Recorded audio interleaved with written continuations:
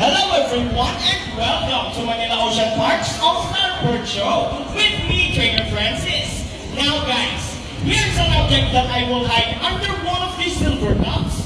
Where do you want me to put this object? On your left, on your right, or here in the middle? Which side? Left, right, or middle? Alright, so let's put it right here. Now let's call in our signing bird, Dazzle. Dazzle is our soulful breasted cockatoo. Scientific name is Kakatuan Kalulita. Common inhabitants are open woodlands and forest areas along the east coast of Australia. They are very loud birds and can mimic almost any sound. They typically feed on seeds, nuts, fruits such as durian, papaya, rambutan, and they also love corn. Now guys, do you think Dazzle has the ability to find the hidden object? Well, if yes, then you can do it, Dazzle! Now Dazzle, find the hidden object for us!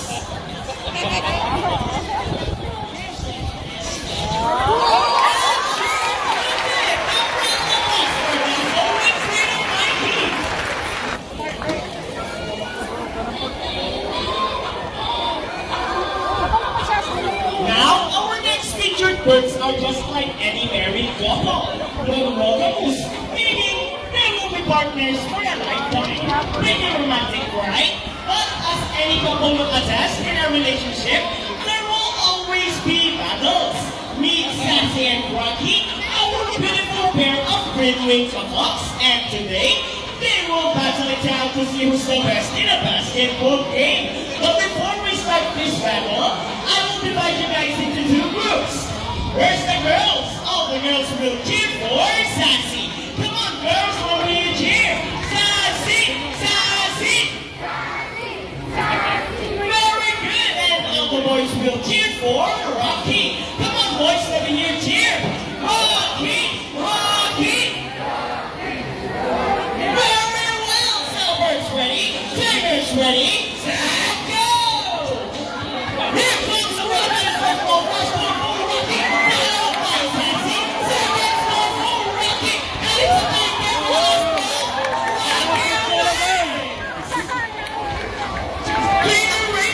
What can you say about that? You guys lose this time. Hold it, we want another race. Oh, they want another race, Trainer JP. Are you sure about that? Do you want Sassy to lose again? This time, I guarantee you that Sassy will win. So what race do you have in mind? I want a ring race. And what is a ring race? The first bird who can drop 3 rings into the pool, the fastest is the winner. That is a ring race. So a ring race it shall be. Remember guys, that boys already have 1 point. So girls, let's cheer louder for Sassy to win this time. We'll be doing this again, and this time a ring race. Ready, set, go! Here comes the ring race. First one forward.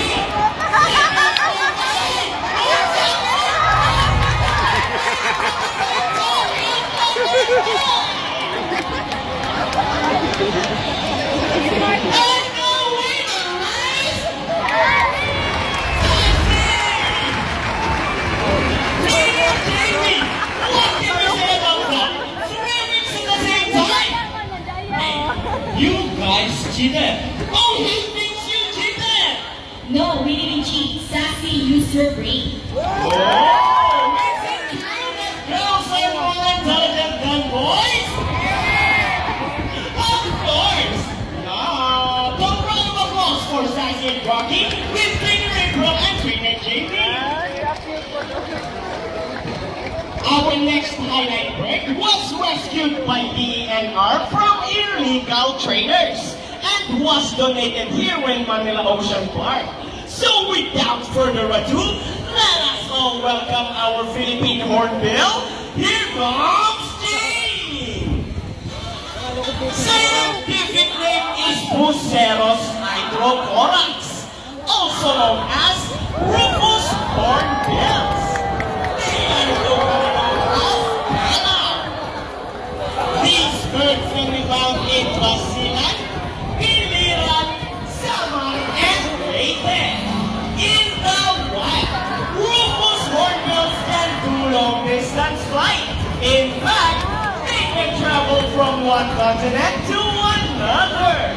Amazing, right? A round of applause for our Rufus hornbill. Gee! Now guys, who knows math? Everyone here knows addition, right? Because this makes part of our program will make most people baffled and amazed, even as trainers. Do you think birds can do math? Well, before we call in our mathematical wizard, I'll be needing two numbers between 1 to 15. Any numbers between 1 to 15? Alright, so the first number is number 25. How about the second number? What number? Alright, so the second number is number 4. So the equation is 25 plus 4. Let's see if our mathematical wizard can solve this equation. But first, Trainer JB will shuffle the numbers.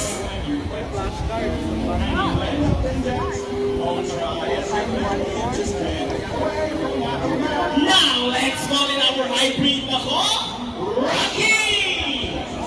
Wow, Rocky, what a beautiful entrance! Trainer JB, is Rocky ready? Go, Rocky! Solve the equation for us!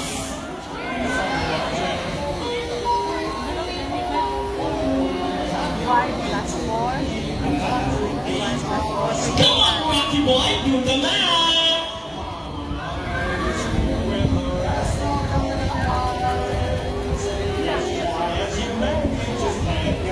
Naman ang 9. 25 plus ito magkaha. 29 Come na on, wala pang Rocky! 9. You can do it!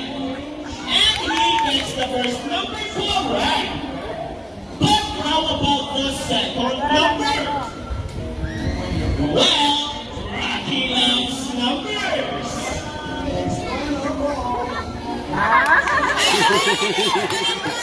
So 25 plus 4 is equals to 29!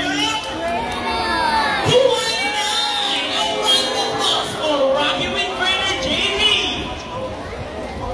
Now guys, we need an adult volunteer with 500 peso bill. Anyone who wants to be our lucky volunteer for today, just raise your hands up and Trainer April will choose one. Once again, we need an adult volunteer with 500 peso bill. Come on guys, raise your hands up. Alright, I think we got one. You will notice that the birds in our show are mostly parrots.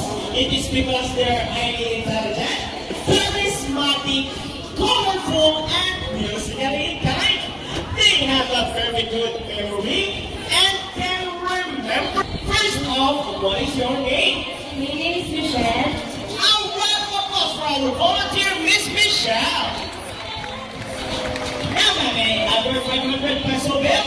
And kindly follow me here in front. Ma'am, all you have to do is stand here in front, over here, facing this way, and extend your left arm just like this. As I put your money between your fingers.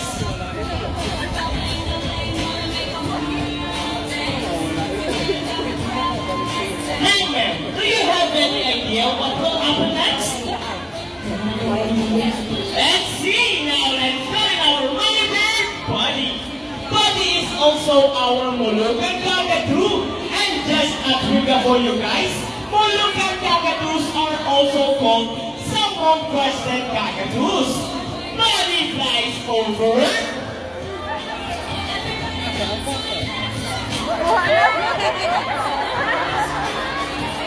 Oh, he gets the money and flies back. And I think, Buddy, that's the one I said.